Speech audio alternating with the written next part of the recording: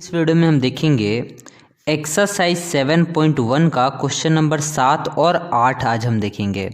Chapter 7 9th class maths त्रिभुज का। Okay, तो चैनल पर आप नए हैं तो ज़रूर आप चैनल को सब्सक्राइब कर लीजिएगा और इस वीडियो के बाद ये क्वेश्चन जिसको भी टफ लगता है वो आसान लगेगा। ओके, कमेंट सेक्शन में आप ज़रूर बताइएगा कि ये वीडियो कैसा लगा। तो क्वेश्चन है, ए बी एक रेखाखंड है।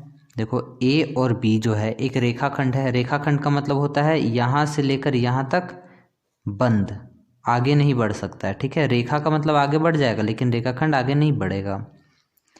और P इसका मध्य बिंदु, यहाँ पर P है, मध्य बिंदु है।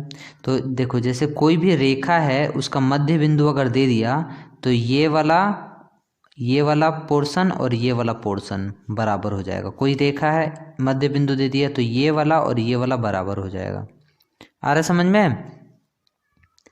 फिर क्या बोला, डी और ई रेखाखंड ए बी के एक ही ओर स्थित दो बिंदु इस प्रकार हैं। डी और ई ए बी का और स्थित बिंदु है कि बी ए डी, यहाँ पर बी है, यहाँ पर ए है और यहाँ पर डी, ये वाला कोण है ना। और ए बी ई ये दोनों बराबर है, ये वाला और ये वाला कोण बराबर है। और ई पी ए, यहाँ पर है ई, यहाँ पर है पी, यहाँ पर ए, ये वाला डी पी बी इसका बराबर है। तो दर्शाना है त्रिभुज डी ए पी और ई बी पी, ये वाला बराबर है, सर्वांग है ना। और दर्शाना है ए डी बराबर बी ई है, ए डी बराबर में बी ई है। ओके, तो ये वाला जो हमको प्रूव करना है, सर्वांगसम प्रूव करना है, तो उसको पहले हम यहाँ पर लिख लिए हैं। ये वाला देखो ई बी पी, ये वाला उतार लिए ऐसे करके, और डी पी ए यहाँ पर उतार लिए। तो यहाँ पर कोई भी त्रिभुज को हमको सर्वांगसम प्रूव करने के लिए क्या कंडीशन रहता है, तीन ठो हम प्रूव, कोई भी तीन को चीज़ बराबर कर देंगे तो वो त्रिभुज क्या हो जाएगा, सर्वांगसम हो जाएगा। दोनों में तीन तीन ठो कर देंगे तो देखो इसमें तो यहाँ पर जो है ए किसके बराबर, बी के बराबर कर दिया है, तो ये दोनों त्रिभुज में ए को तो बराबर हो गया, मिल गया। यहाँ पर देखो पी जो है इसको आधा आधा में कर रहा है, तो ए पी और पी बी, यहाँ पर ए पी और पी बी ये वाला इसका बराबर हो जाएगा। तो दो गो मिल गया। अगर तीसरा हम कर देंगे तो आसानी से ये दोनों सर्वांगसम प्रूव कर देंगे ना। तो इसलिए यहाँ पर देखो डी पी ए है ना, डी पी ए, तो ये वाला कहाँ से कहाँ गया है, ये वाला डी पी जो है ना, डी पी लाइन, यहाँ पर डी पी ऐसे करके लाइन है, और यहाँ पर पी, यहाँ पर ए पी पर ऐसे करके गया है, ऐसे करके गया है, लेकिन पूरा सटा नहीं है। आ रहा समझ में? पिछले वाले क्वेश्चन जैसा है, ये पूरा यहाँ तक अगर सट जाता तो ऐसे हो जाता। और इसमें भी देखो ई पी बी में ये वाला ऐसे गया है लेकिन ई पी में पूरा सटा नहीं है, ये वाला यहाँ तक खाली गया है ना। अगर ये पूरा रहता तो ये वाला कोण इसका बराबर हो जाता और आसानी से हम प्रूव कर देते, तीनों हमको मिल जाता। इसके बराबर ये कर देते हैं, इसका बराबर ये कर देते हैं और इसका बराबर में ये कर देते हैं। तो क्या करेंगे, पहले इसको सटा देते हैं हम। देखो ई पी डी जो है ना दोनों के बीच में आ रहा है, अगर ये दोनों साइड हम जोड़ देंगे तो ये पूरा सट जाएगा। आ रहा है समझ में? तो वही चीज़ हम लेंगे, पहले जो दिया है उसको पहले लिखो। ये वाला डी ए पी, कोण डी ए पी बराबर है ई बी पी का, कोण ई बी पी का।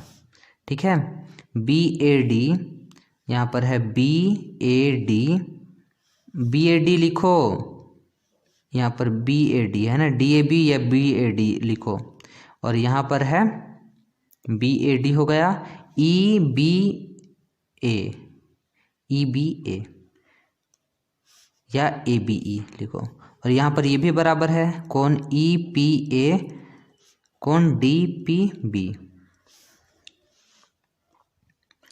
ई पी ए नहीं, ये हाँ ये वाला बराबर वैसे दिया लेकिन इसको यूज नहीं करेंगे। यहाँ पर ए पी बराबर है पी बी का, ए पी बराबर है पी बी का। ओके, अब यहाँ पर हमको सिद्ध क्या करना है,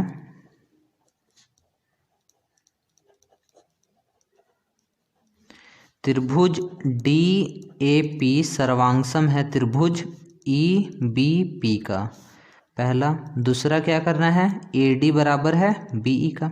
अगर हम इसको सर्वांगसम प्रूव कर देंगे, अगर ये इसका बराबर है, ये इसका बराबर है, तो ये ऑलरेडी इसका बराबर हो जाएगा, है ना। इसको सर्वांगसम प्रूव कर देंगे इसका, तो सारा चीज़ इसका बराबर हो जाएगा, क्योंकि सर्वांगसम में एक एक पॉइंट सब बराबर होता है।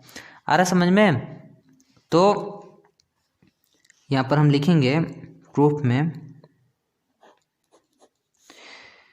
देखो ये वाला पूरा त्रिभुज ले लिए, ए पी डी, त्रिभुज ए पी डी तथा त्रिभुज ई पी बी में, ई पी बी में, है ना। तो सबसे पहले जो कोण बराबर है, देखो डी पी नहीं ई पी ए, यहाँ पर जो दिया है उसको लिखो, कोण ई पी ए बराबर है कोण डी पी बी का, है ना। यहाँ देखो ई पी ए बराबर है डी पी बी का, इसमें ये वाला बीच वाला दोनों में जोड़ देंगे तो पूरा ये वाला सट जाएगा ना, ये वाला जो सटाने का बात हम किए हैं। तो यहाँ पर ई पी डी दोनों तरफ जोड़ने पर, कोण ई पी डी दोनों तरफ जोड़ने पर, तो यहाँ देखो कोण ई पी ए प्लस कोण ई पी डी बराबर में हो जाएगा कोण डी पी बी प्लस ये वाला कोण ई पी डी।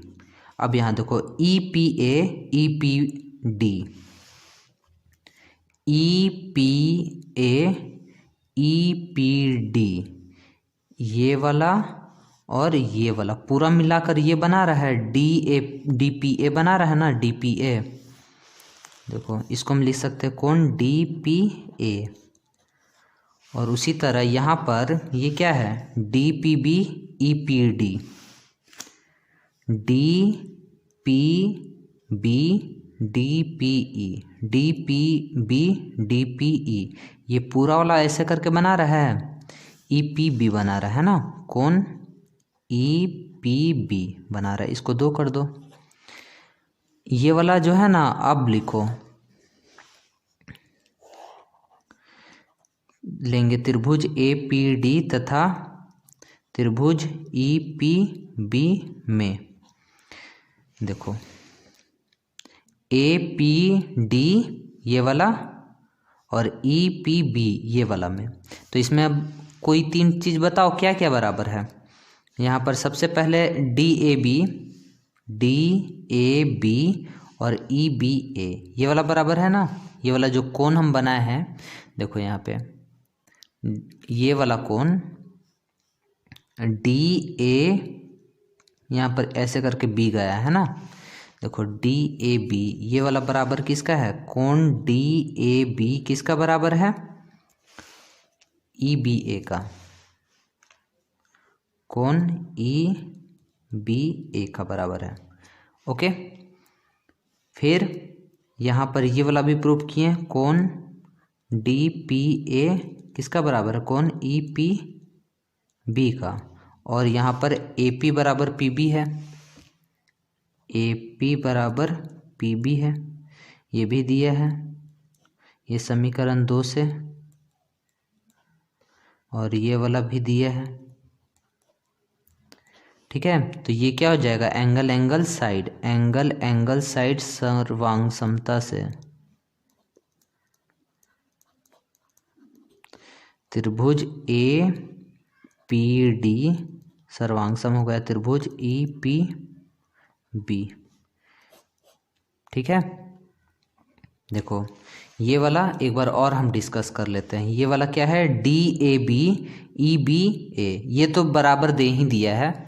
ये वाला कैसे बराबर हुआ, D P A E P B. यहाँ देखो डी ए पी और डी ए पी और ई बी पी, ये वाला हम ले आए हैं, है ना, ये वाला हम बराबर यहाँ पर सेकंड वाला इक्वेशन में ले आए हैं। कैसे? ये वाला पूरा मिला दिए, ये वाला मिला दिए ना, तो जैसे ये वाला था यहाँ तक ही पहुँच पा रहा था, ये वाला यहाँ तक ही पहुँच पा रहा था, जब हम ये वाला जोड़े ना तो ये पूरा पहुँच गया, तो ऐसे ये प्रूव हो गया। और जो सेकंड वाला, ये वाला फर्स्ट वाला हम प्रूव कर लिए यहाँ पर, और सेकंड वाला जो है ये वाला ए बी, इसको सेकंड में लिख लेना बाई CP/CT से।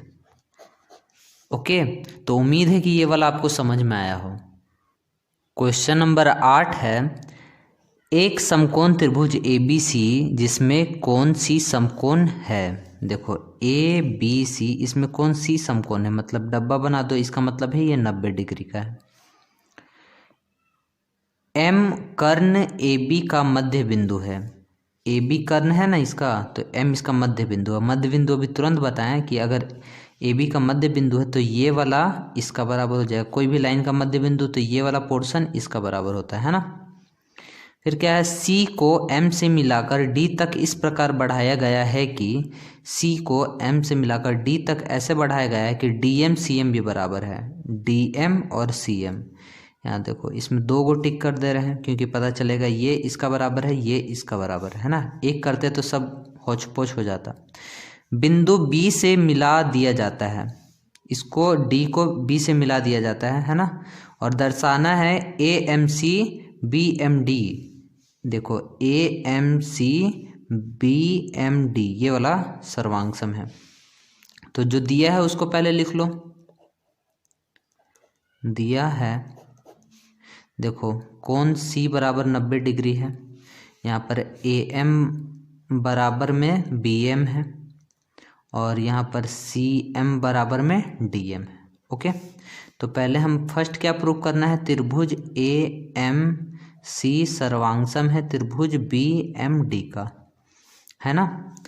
तो AMC BMD, ये तो सिंपल सा बात है। देखो यहाँ पर ये वाला इसका बराबर हो जाएगा, ये वाला इसका बराबर हो जाएगा, ये वाला कोण इसका बराबर हो जाएगा, M दोनों में आ रहा है ना। तो 3 ठो आसानी से यहाँ मिल जा रहा है। तो यहाँ लिख दो कि BM बराबर है होगा AM का, है ना। यहाँ पर लिख दो दिया है, यहाँ पर कोण BMD बराबर हो जाएगा कोण CMA का। देखो इसको हम DMB भी लिख सकते हैं, AMC भी लिख सकते हैं, कोई फर्क नहीं पड़ता। यहाँ पर लिख दो शीर्षाभिमुख कोण है।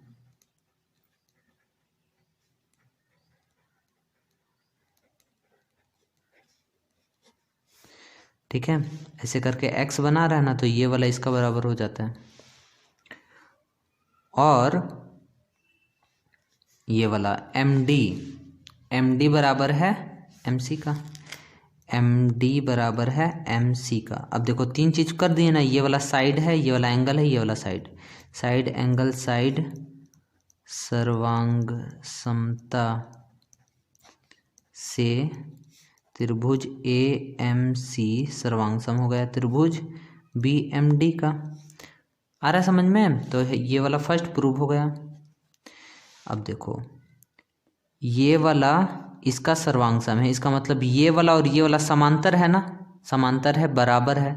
और जब भी 2 लाइन समांतर रहता है और एक उसको काटता है, ये ऐसे करके इसको काटता है, तो ये वाला का और ये वाला का अंतः कोणों का जोड़ कितना के बराबर होता है, 180 के बराबर होता है। तो यहाँ पर DBC को हमको समकोण प्रूव करना है ना। दूसरा नंबर देखो, कोण DBC एक समकोण है।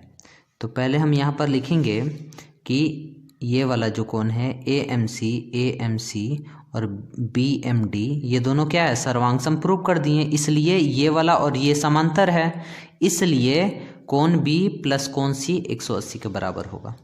देखो लिखेंगे, चूंकि त्रिभुज AMC सर्वांगसम त्रिभुज BMD हुआ है, इसलिए यहाँ पर क्या हो जाएगा, ये DB समांतर हो जाएगा AC, इसलिए डी बी समांतर हो जाएगा ए सी। तो जब ये दोनों समांतर हुआ तो यहाँ पर हम लिखेंगे दो एकांतर अंतःकोण का योग 180 के बराबर होगा।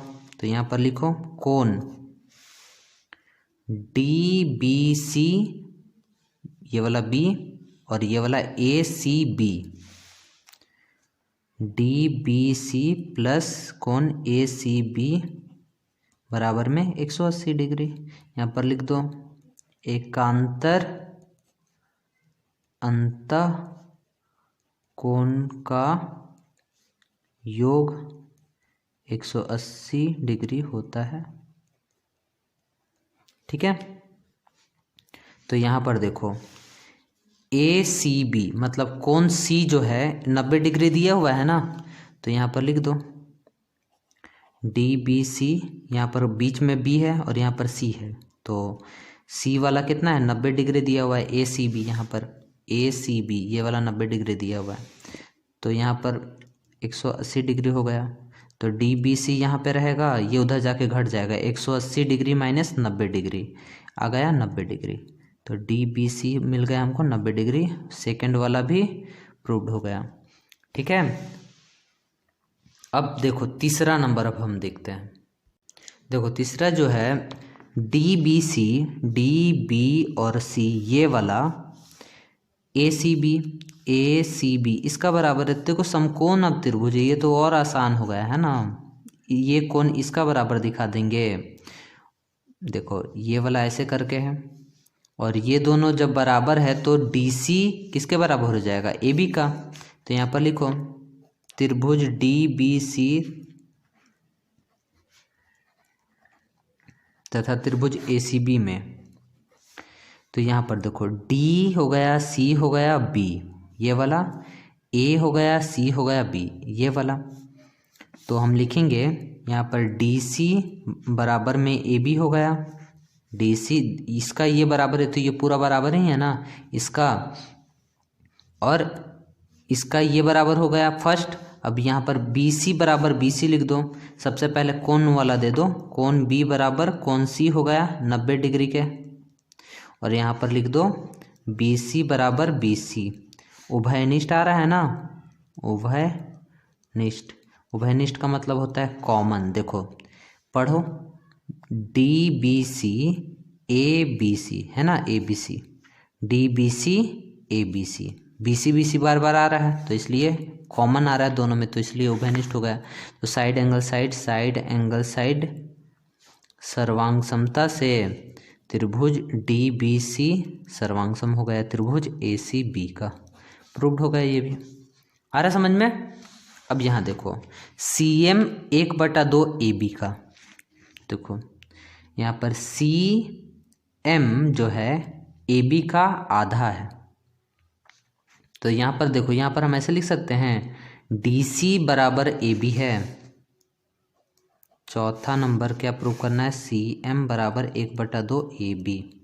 तो यहाँ देखो ए बी और डी सी, तो डी सी बराबर में ए बी है, दोनों ये दोनों बराबर है ना ऐसे करके।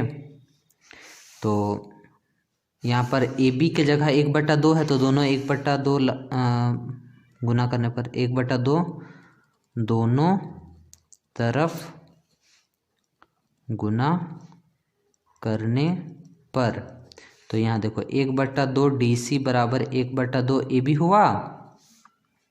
अब देखो डी सी का आधा, डी सी का आधा क्या है, सी एम भी है और डी एम भी है, और दोनों सी एम और डी एम बराबर है, तो कोई एक ले लो। तो सी एम हम ले लिए, तो इसको हम सी एम लिख सकते हैं। डी सी का आधा क्या है, वो हो गया सी एम और 1/2 ए बी, और ये भी हो गया प्रूव्ड। देखो डी सी का आधा क्या है, डी सी, ये डी सी है पूरा, और इसका आधा क्या है, ये वाला सी एम है ना, तो सी एम लो। तो ये वाला प्रूव करना था इसलिए सी एम लिए। तो यहाँ पर ये वाला भी हम प्रूव कर दिए। ओके, तो उम्मीद है कि ये वाला भी क्वेश्चन आपको समझ में आया हो। अगर कहीं पर भी डाउट रहता है तो ज़रूर कमेंट सेक्शन में आप बताइएगा, फिर से हम वीडियो को बना देंगे। ओके, फिर मिलेंगे हम नेक्स्ट वीडियो में, और चैनल पर आप नए हैं तो ज़रूर आप चैनल को सब्सक्राइब कर लीजिएगा।